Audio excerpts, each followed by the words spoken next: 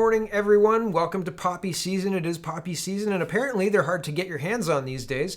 Veterans, according to 680 News, veterans, Legion members, and cadets have not fanned out across the city to collect donations in exchange for poppies because of the pandemic. Well, that's no good. That's no good. So get your poppies, dust them off from last year. If you could probably donate directly to a Legion, but maybe buy a membership. I don't know, but that's not good news. I think that. Lest we forget, and I believe that there are a lot of people who have forgotten or have been charmed by one of our last tabs for the day, socialism. Kamala Harris tweets about socialism. We'll get to that at the end. But anyway, moving on. Yesterday, Greg Wycliffe, I do Speaking Moistly with Greg, and man, he can do parody songs, and this is a parody. I like shows. I like shows, and Broadway shows and things. Oliver Twist, and well, that's probably a bad example, but the Book of Mormon. This is from the Book of Mormon, and he reworked I Believe to be a song called Normie, and it's great. The humor and the satire is just bang on. He nailed it. Good job, sir. Good job. And you should go watch it. There's a longer version than this on his YouTube channel. I'll put the link in the description, but you should be able to get there just by finding his YouTube channel. Check it out. It's worth your couple of minutes. It's awesome. Here is a good question for Justin Trudeau. One of many. Why did Quebec get to keep their child fitness arts tax credit, but not the other provinces? And there's the, you can look into it there. I'm not going to get too deep into that. It's one of those things that I speak a lot about, how it's hard to keep a pulse on everything that's going on, right? Like there's so much going on across so many different ministries that nobody could, even if you cover politics, and that's what I cover, politics kind of bleeds into culture and back and forth, right? But even if you're hard politics, there are big ministries like Harjit Sajjan's that things happen that, people don't really talk about, right? And I mean, I talk about Mark Norman, who's an admiral, vice admiral, retired now. And I talk about what happened there and the attempt to silence and not get the Asterix built, the ship that Mark Norman by hook or by crook got built, right? And got absolutely pilloried for it. So it's hard to keep a pulse on everything that's going on. And I'll show you what I mean right after I talk about specifically Justin Trudeau and a little bit about Pierre Poilievre. But first, here we go. I was scrolling through and I saw he's the most dangerous man for the future of Canada. And I thought, man, I wonder what that means. I wonder what that's talking about. And here's an opinion piece. I think it loses something in the translation. So I'm going to read another piece that's talking about this.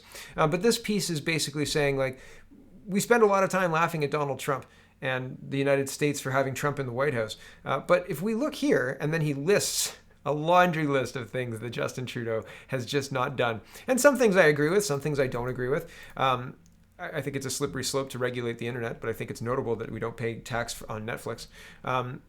Right? Like that's something interesting, right? And we never have, right?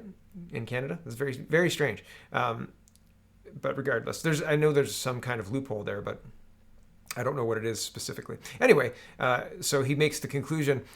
He says, we allow ourselves to laugh at Trump? By what right?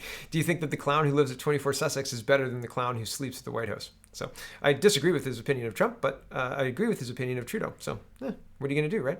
Here's Chris Selly with less lost in translation. I think it's probably a powerful piece in French, but there's a lot of people who are sharing this opinion. And here's Chris Selly in English, and he says, Trudeau's watch your tongues advice is offensive on many levels. This gives a bit of context to the next thing I'm going to show you.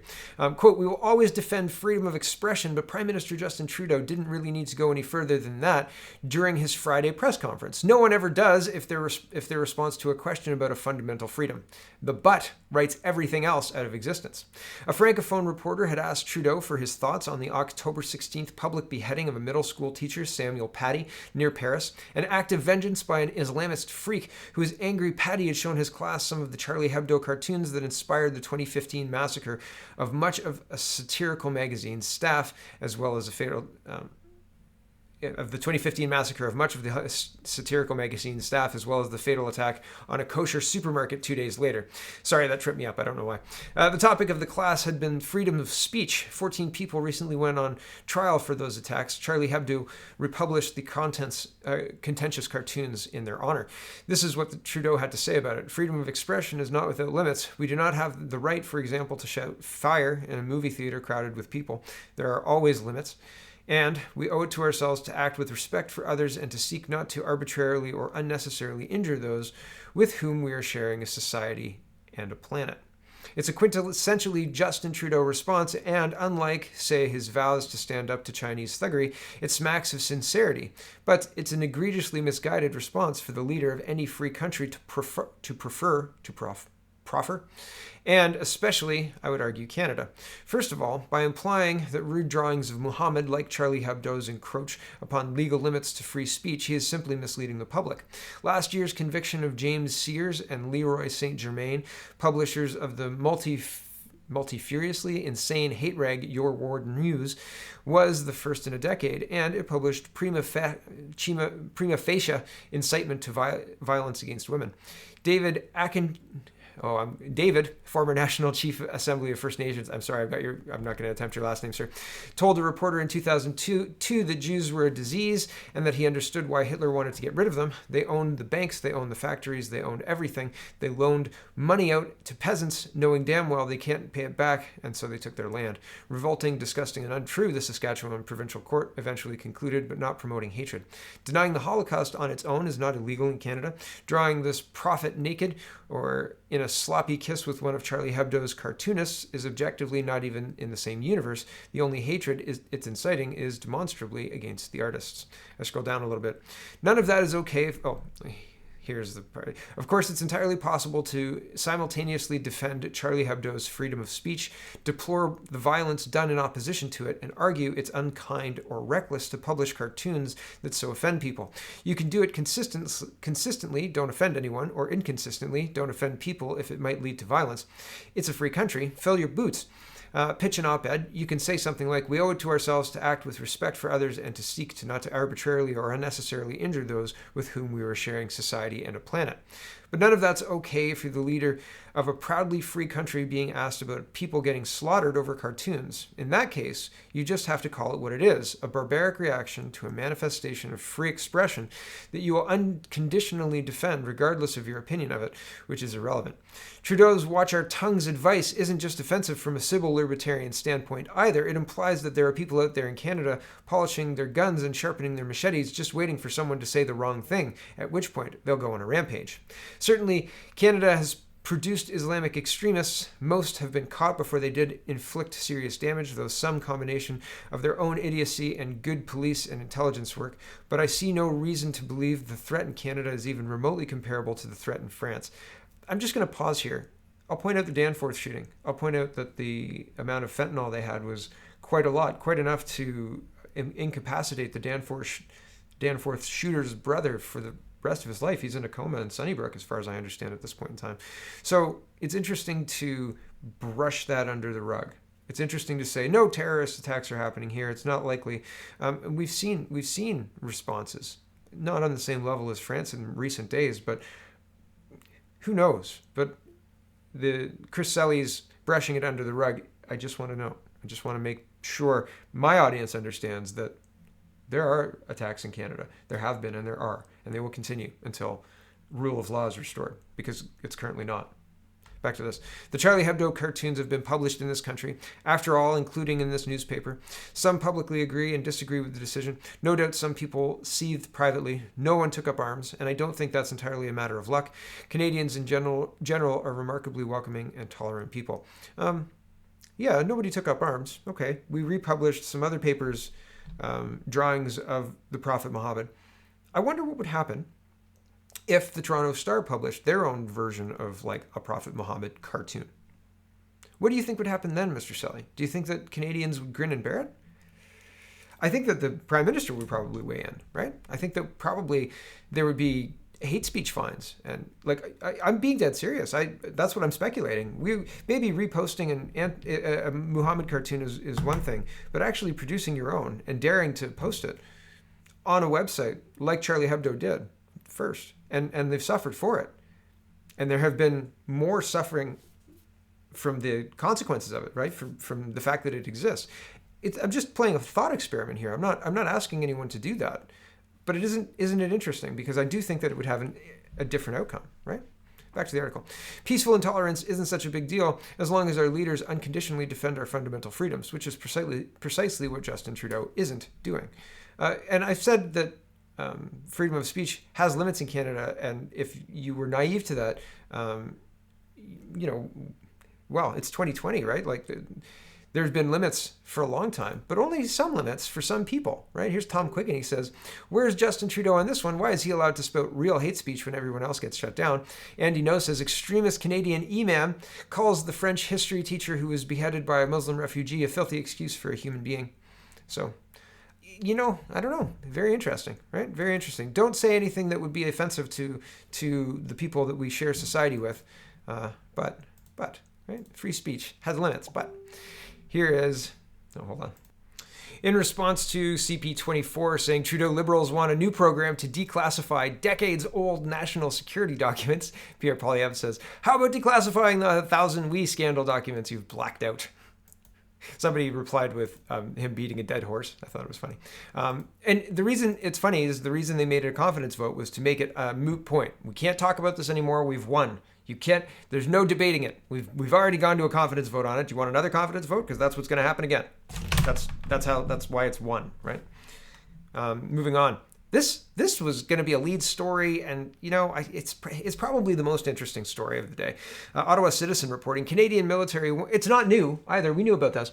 Canadian military wants to establish new organization to use propaganda, other techniques to influence Canadians. Don't you love being used as experiment subjects by your government? I love it. It's fantastic. The Canadian Forces wants to establish a new organization that will use propaganda and other techniques to try to influence the attitudes, beliefs, and behaviors of Canadians, according to documents obtained by this newspaper.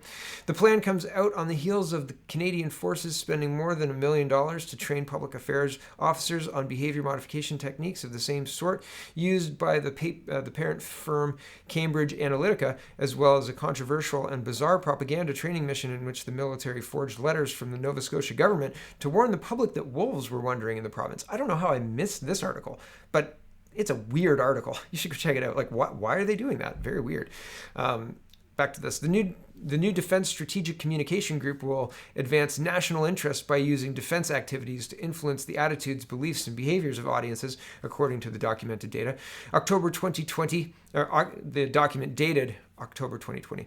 Target audiences for such an initiative would be the Canadian public, as well as foreign populations in countries where military forces are sent. Now, this seems like, isn't that interesting? Isn't that an act of aggression at the very, isn't planning to deploy psychological warfare against the population in a foreign country? Either you're targeting the population of the foreign country or the troops in the foreign country. Wouldn't they be governed by the foreign country's laws? Or does your government, if you're in the embassy, I would imagine that the Canadian government's laws apply, right? But if you're in the military, you've got your own laws that you adhere to. I believe you have military, you would be under military arrest, right? But if you're in a foreign country, would they be allowed to target you with a PSYOP? Doesn't that conflict with best practices? Best practices is probably the worst. Note, don't do this, right? Don't people need to consent to be part of experiments? Isn't that part of the Nuremberg trials? Wasn't that part of the Nuremberg base human rights? You have to agree with knowledgeable consent, right? Isn't that basic? Don't we have a charter right here? Don't we have a charter challenge? What in the world is going on with the military, and why doesn't anybody care? Back to this. The document, and I'm laughing, but I'm dead serious. I am dead serious. They are violating our basic human rights, and we're supposed to just take it, but racism, eek racism, and just watch. Wait till we get to the next couple of tabs. It's wild. It's wild what's happening. People are being removed from their positions because they're refusing to kowtow to this woke agenda. For real. Back to this. The document is at the end of what Chief of the Defense Staff General John Vance has called the weaponization of the military's public affairs branch. The document is in draft form, but work is already underway on some aspects of the plan, and some techniques have already been tested on the Canadian public. Lucky us! But the Office of Defense Minister Harjit Sajjan said Sunday that the plan, at least for now, is not authorized to proceed. Saijan has raised concerns about some of the activities related to such influence and propaganda operations. Quote, no such plan has been approved, nor will it be. Florine Bonneville, Saijan's press secretary, said after being asked by this newspaper about the initiative. But a series of town halls were already conducted last week for a number of military personnel on the strategies contained in the draft plan. The report quotes Brigadier General Jay Jansen, excuse me if I got that wrong, Director General Military Public Affairs, who said the motto, who dares wins, is applicable to strategic communications as it is to warfare. How about military tribunal trials for violating basic human rights en masse? Is that good enough for you? Who dares wins. Who dares and loses pays a price. Back to this. The initiative also proposes the creation of a new research capability established to analyze and collect information from the social media accounts of Canadians, non-governmental organizations, industry, and the news media, according to the report. I wonder if you've got a list of plaintiffs there, people who are able to say the government collected my data through this experimental program, thereby exposing me to being experimented on by the government without my consent. Back to this. The Canadian forces have already tested the capability earlier this year. This newspaper reported that a team assigned to the Canadian Military Intelligence Unit monitored and collected information from people's social media accounts in Ontario, claiming such data mining was needed to help troops who were working in long-term care homes during the coronavirus pandemic. Sure. The initiative was aimed at people's Facebook, Twitter, and Instagram accounts, involving collecting comments made by the public about the provincial government's failure to take care of the elderly. That data was then turned over to the Ontario government with a warning. From the team, it represented a negative reaction from the public. Military officers see nothing wrong with such collection of data, as it is already in the public domain on social media accounts. They concede the team should not have been assigned to military intelligence, but under the new plan, it will be controlled by the military's public affairs branch. Just because the data is public does not mean you have abdicated your rights to participate in an experiment. Back to this. But others have questioned how collecting information on the public's views concerning Ontario's Premier Doug Ford was even relevant to how the Canadian forces were to care for elderly residents. In addition, concerns have also been raised on why the military turned over such data to Ford's government and what became of it. Saijan requested an investigation be done into the data collection and has also limited, at least temporarily, some of what the military calls influence activities. Influence activities! That's another one. I wonder how many people, what accounts did they target? Back to this. The military, however, noted in the plan that it will consult the Federal Privacy Commissioner before it launches its collection of Canadians' online information. Oh, lucky us. The Public Affairs Enhancement Plan reflects the military leadership's view that they can shape and direct the attitudes of Canadians if the right techniques are applied. Defense Stratcom will focus on effects and outcomes among key audiences and will provide clear direction and on aligning actions, efforts, and resources in pursuit of strategic objectives, the plan said. I scroll down a little bit. This newspaper reported in July the military had planned a propaganda campaign aimed at heading off civil disobedience by Canadians during the coronavirus pandemic. That campaign was to use similar propaganda tactics to those employed against the Afghan population during the war in Afghanistan, including loudspeaker trucks to transmit government messages. The propaganda operation was halted after concerns were raised about the ethics behind such techniques. I wonder what propaganda techniques have been used against Canadians to quell the civil disobedience, because the mask wearing is near 90%, well, higher than 90%, 95 plus, right? I'm almost the only one out there, right? I'm hearing now people saying to me, people are starting to say I'm not wearing the mask anymore. Friends of my friends are not wearing the mask. The other guy down the cubicles, a couple of cubicles down, he stopped wearing his mask when he goes to the bathroom. You know, all this stuff, right? Things are leaking. People aren't believing this stuff anymore. Here is Mendocino in the middle of a pandemic with people being crammed together and living in YMCA, right? YMCA refugees are being brought into Canada en masse, and Mendocino is framing this as this is how we're going to recover. This is how this is another ministry gone completely rogue. How can you possibly keep tabs on this? How can you as the public possibly keep tabs on this, right? Like, I'm interested in this. I'm just insane enough to really enjoy going like, wow, I can't believe how much they're selling us out. Can you believe how much they're selling us out? It's not an enjoyment that I'm seeing how much they're selling us out. I just can't believe that nobody else. Well, I mean, Robin Urbach is using her time to say we should be holding those Trump voters accountable. So I'm also amazed at how easily purchased the Canadian press is. back to this anyway. Here's Mendocino, and he's usually a pro. Here's the question, and he dodges. He doesn't answer the question. I'll put it up. Hold on. Here we go. Yeah, we're not far from the Ottawa YMCA. I just want to ask one more question. We're not far from the Ottawa YMCA. We've got a lot of refugee families living there on an emergency basis, living in motels around the city as well. I'm wondering, what more can the government do to make sure that when refugees come here, that they've got a place to live, a good place to live? Well, the United Nations has recognized Canada as being the #1 resettler of refugees for 2 years in a row, and I know that that's something that Canadians take great pride in. It's thanks to the generosity of Canadians who sponsored refugees, and thanks to the compassion that Canada has consistently shown for the world's most vulnerable who are seeking safe harbor from wars, conflict, persecution, and increasingly climate change. And yes, we are focused on protecting vulnerable populations by ensuring that people have the food, the health care, and the shelter. And I will tell you that one of the most proud things that I've been able to do as Minister of Immigration was provide a pathway for those asylum seekers in Quebec, les anges gardiens, the ones who stepped up when they themselves were in jeopardy and at risk, to help seniors, to help the elderly, to help the sick, and we will continue to protect those vulnerable populations. So he doesn't address the question. We've got a situation where cadets aren't allowed to go and veterans aren't allowed to go and sell their poppies. We've got a situation where they're putting people into YMCA, refugees into YMCA. It seems like some rules apply to some people some of the time, and then other parts of the time it's like, oh well, it doesn't matter about that COVID thing. We've got to resettle. Got to get those numbers up, right? Got to get those numbers up. It just seems. There's Will Ferrell lookalike and McCain heiress marrying Bill Morneau, right? Not a fan, or Chappelle's not a fan of him. Not too much. He doesn't like him very much. There's a whole interview here. They made some hay on this. I think this is a sanitizing interview. They're trying to clean up his image and shucks, politics is hard and it's complicated. And I think Trudeau likes him. He's running for an international global role as a finance minister for the EU. And I can't remember exactly the role, but there's a big push for it. So this is part of that. This is part of that process, right? Like he's got the media. Trudeau's got the media, and they're like, oh, I talked to Trudeau last week, and everything's great, and we're all so happy about everything. Blah blah blah. Sure. Believable, totally believable. It's a puffball interview. There weren't very many hard hitting questions. In fact, like.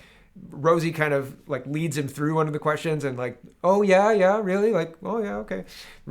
Gives him lots of help in answering one of the questions. So I thought, hard eye roll, yuck.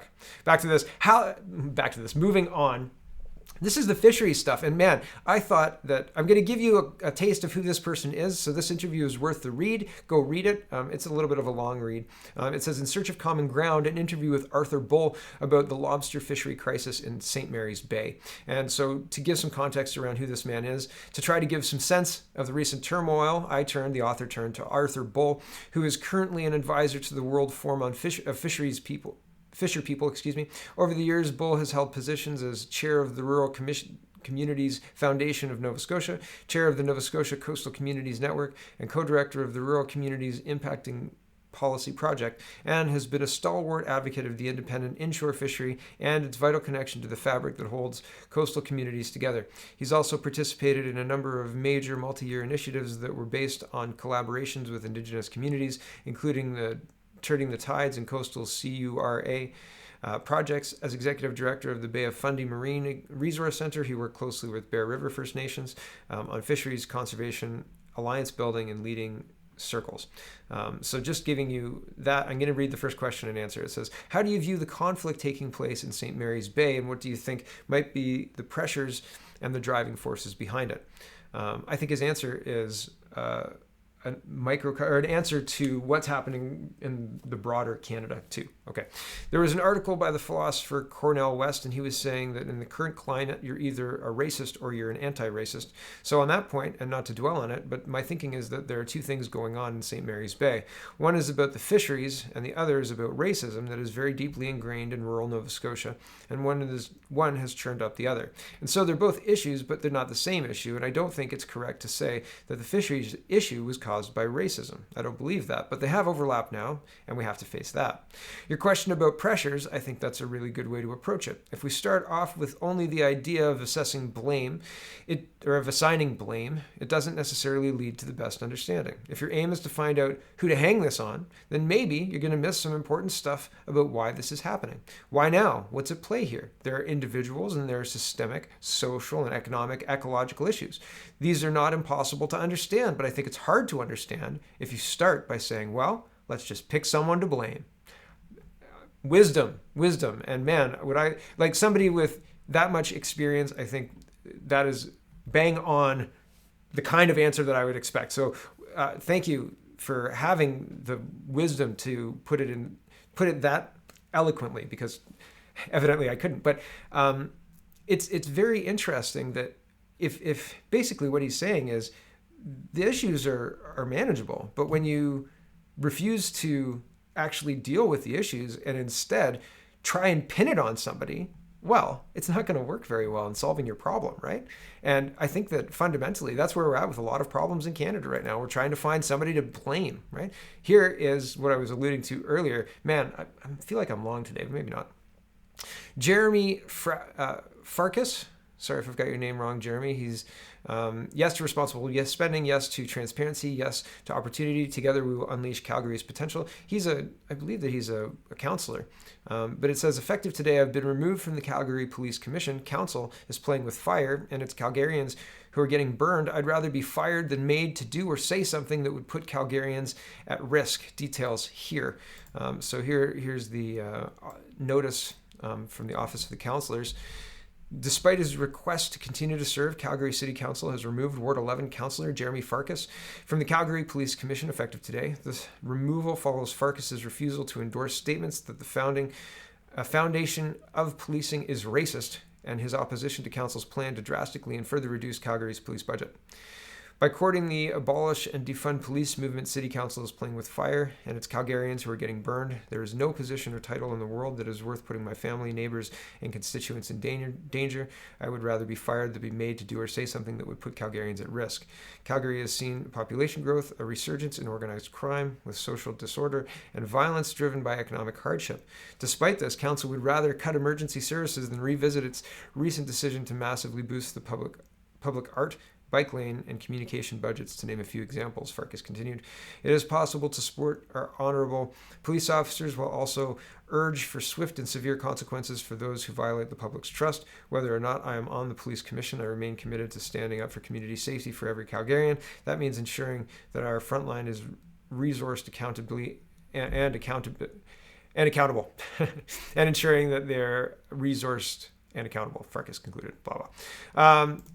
Yeah, and this is the same stuff that's happening at the Upper Grand District School Board. This is the same stuff. There was a chair pushed out for having opinions that differed from the other members of that board of trustees.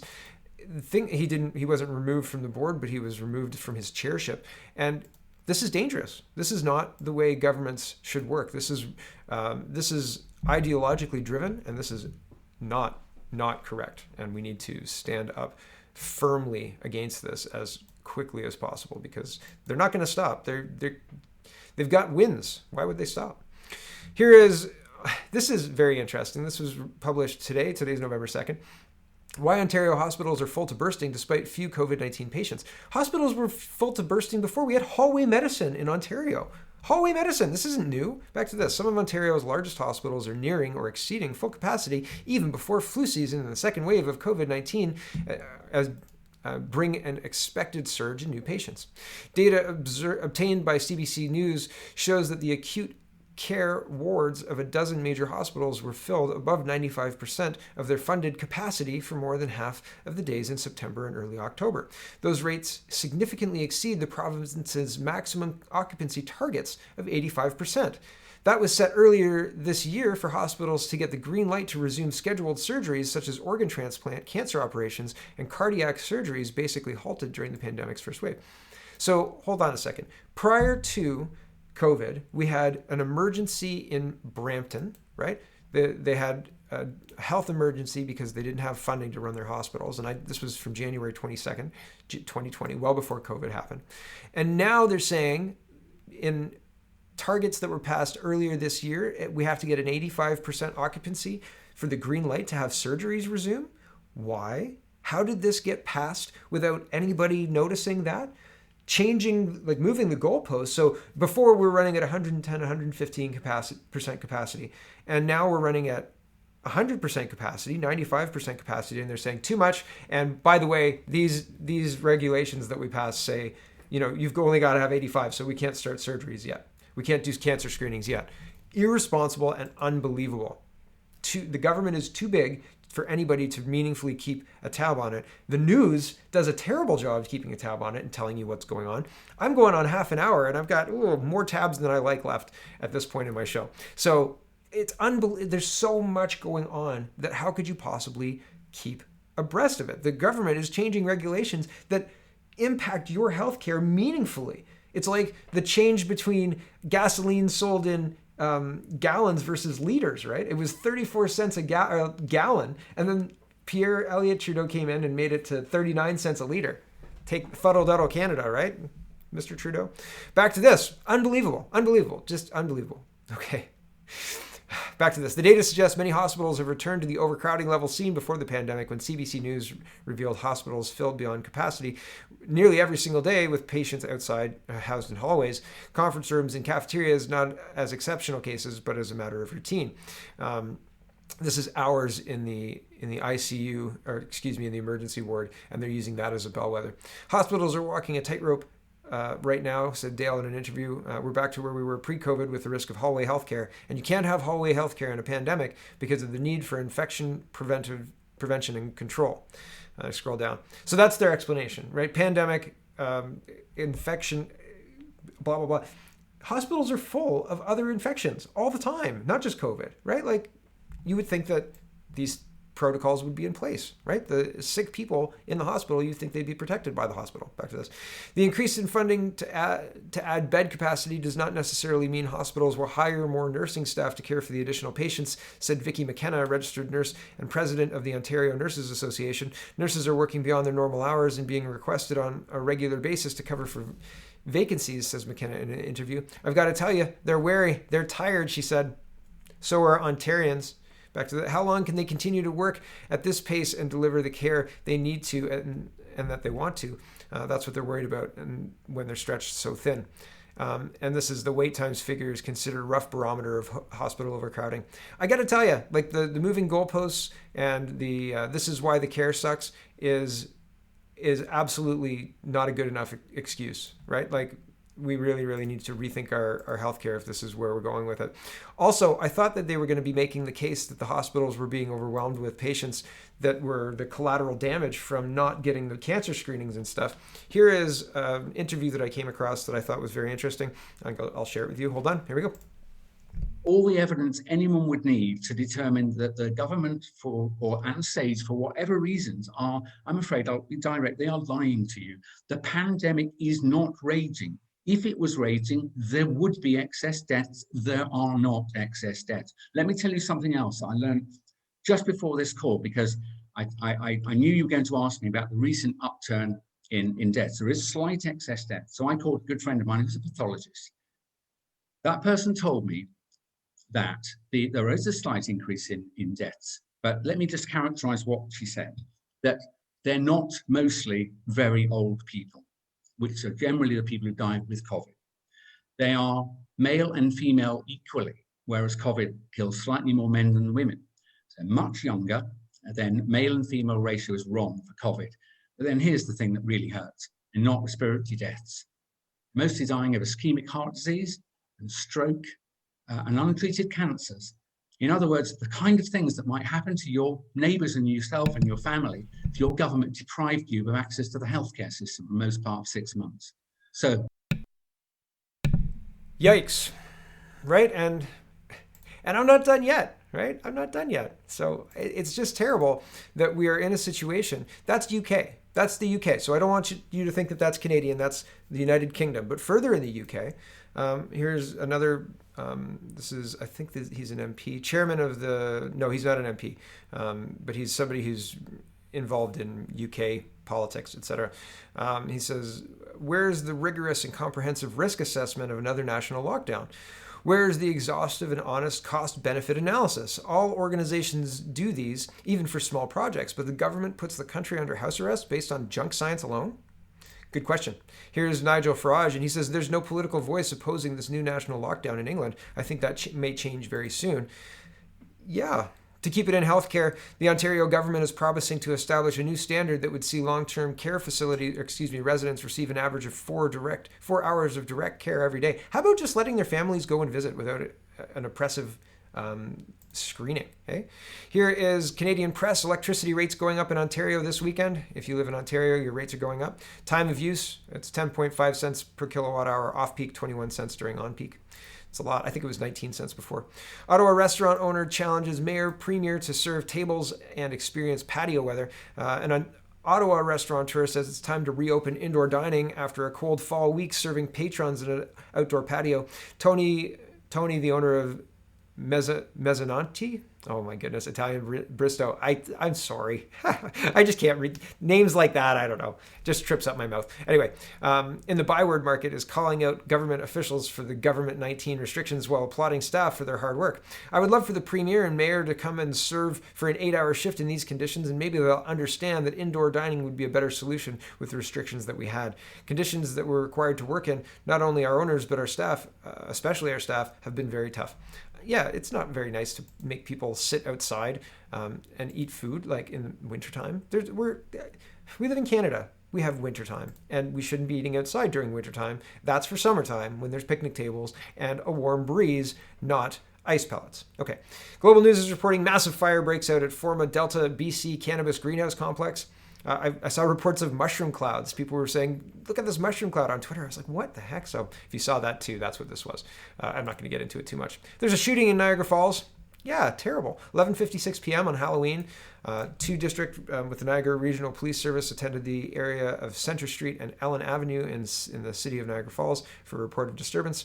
Initial information was that gunshots were fired in the area. Multiple victims were located suffering from gunshot wounds. All the victims suffered serious but not life-threatening injuries and were transported to hospital. Terrible what's happening to Canada. It's so terrible that Alberta is looking to leave, maybe. This is apparently in Lloyd, Alberta. It says, go back east, Liberal NDP.